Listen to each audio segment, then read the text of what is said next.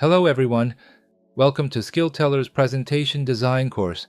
This first session is designed for those who are new to PowerPoint or still unfamiliar with the program, and will explore how to use PowerPoint more efficiently.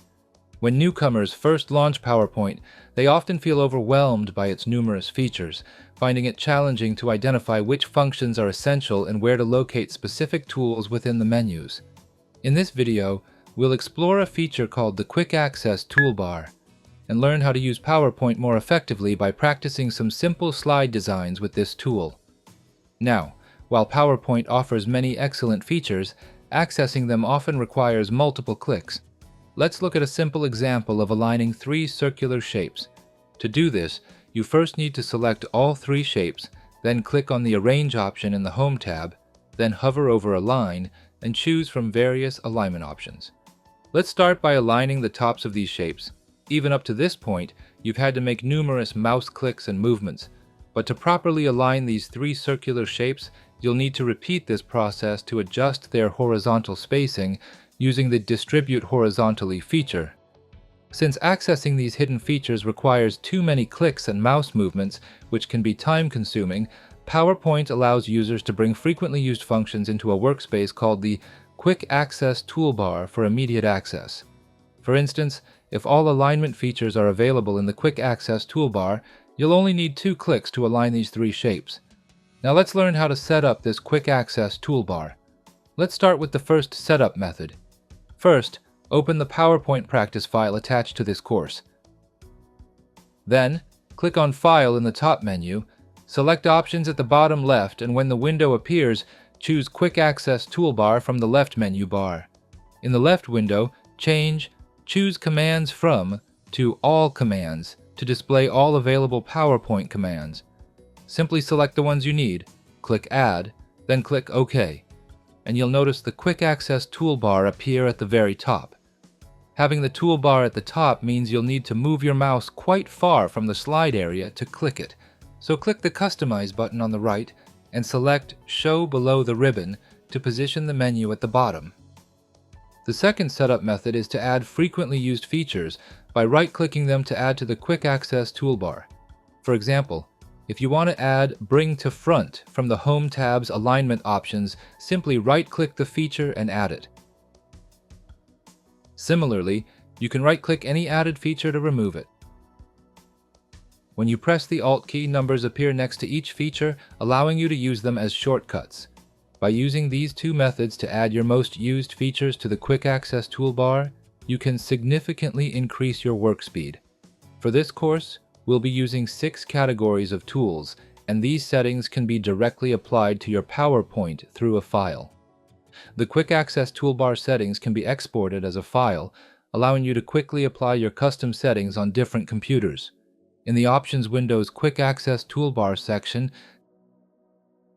click Export at the bottom right, then Export Customization File to save it as a PowerPoint UI file.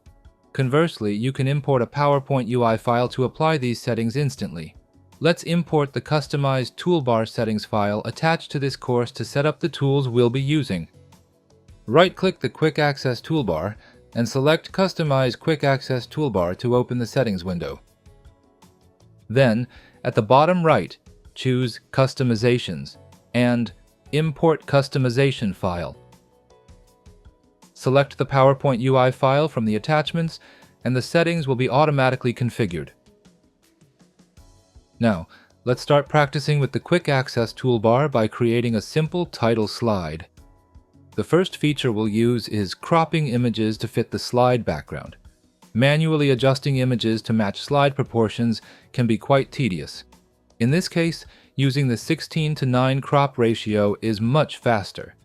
Just select the image and click the Crop 16:9 option in the Quick Access Toolbar for instant slide ratio cropping. This feature is usually hidden under Picture Format, Crop, Aspect Ratio, but since it's used so frequently, it's essential to have it in the Quick Access Toolbar. Next, align the object to the top and left to position it precisely in the corner, then drag the corner circle to fit the slide dimensions perfectly. Once you've fitted the image to the slide size, you'll need to adjust its size and position as desired. First, hold the Control key and scroll down with the mouse wheel to zoom out the workspace, making it easier to adjust the image size. Then, click Crop to activate the original cropped image and adjust its size and position. Let's modify the image size and position so that the house structure appears on the right side of the slide. Now that we've finished with the background image, we notice that its complexity makes it difficult to read the heading text. We can improve readability by placing a semi-transparent black shape between the background image and the title text. From the Quick Access toolbar, select Shapes and insert a rectangle. Then click Format Shape in the toolbar and set Fill to solid black with 30% transparency and no outline.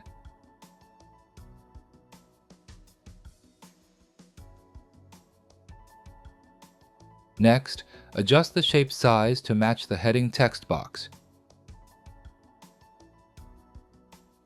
To layer properly, first send the shape to back, then send the background image to back. Finally, let's set the heading text color to white.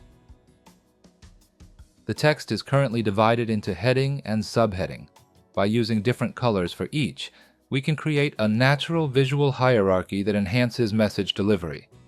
If we match the heading color to the background image's color tone, we not only establish a visual hierarchy between heading and subheading, but also create harmony between the image and text. Select the heading text and use the eyedropper text fill tool to sample the bright brown color from the house in the background image. This instantly applies the sampled color to the text. However, the saturation is a bit high, so let's reduce it to create a more sleek design.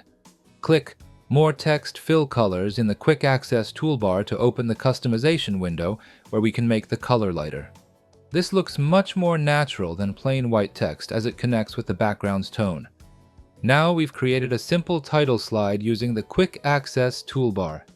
Next, let's create a content page with 3 resource images. When creating content pages, we often need to crop various resource images. This process can be simplified using the Merge Shapes function. On the practice page, select Oval from the Insert Shapes menu and hold the Shift key while drawing it to create a perfect circle. We'll now insert an image into this circle. First, position the circle overlapping the top of the image. Then, select the background image first, hold Shift while selecting the circle, and click Intersect in the Merge Shapes menu. The image is now inside the circle, but the face is too small, so we need to adjust the image size. Click Crop to activate the original image, then adjust to the appropriate size and position. Next, hold Shift to select both the text and image simultaneously, align them to center, and adjust the spacing. Now that we've completed one resource image, we can copy it to create 2 more on the right side, and just change the images and text. Let's learn how to quickly replace images within circles. Hold Shift while selecting both text and image, then press Ctrl-G to group them. Press Ctrl-D twice to create 2 copies and position them in the center and right. Select all 3, align them using Top Align and distribute horizontally. Group them again with Ctrl-G and center align the entire group on the slide. Press Ctrl-Shift-G to ungroup, and let's replace the circle images. Clicking an image selects the grouped object. Click again to select just the image within the group. Right-click and choose Change Picture to instantly replace it with your desired image. Let's use the resource images from the attached files. Click Crop again to activate the original image and adjust to the appropriate size. Just update the text, and we're done. Replace the last reference image on the right using this method, and complete the task. Beyond the features we've covered in this session, remember to add any frequently used functions to your Quick Access toolbar to significantly reduce your work time. That's all for this session, and I'll see you in the next one. Thank you.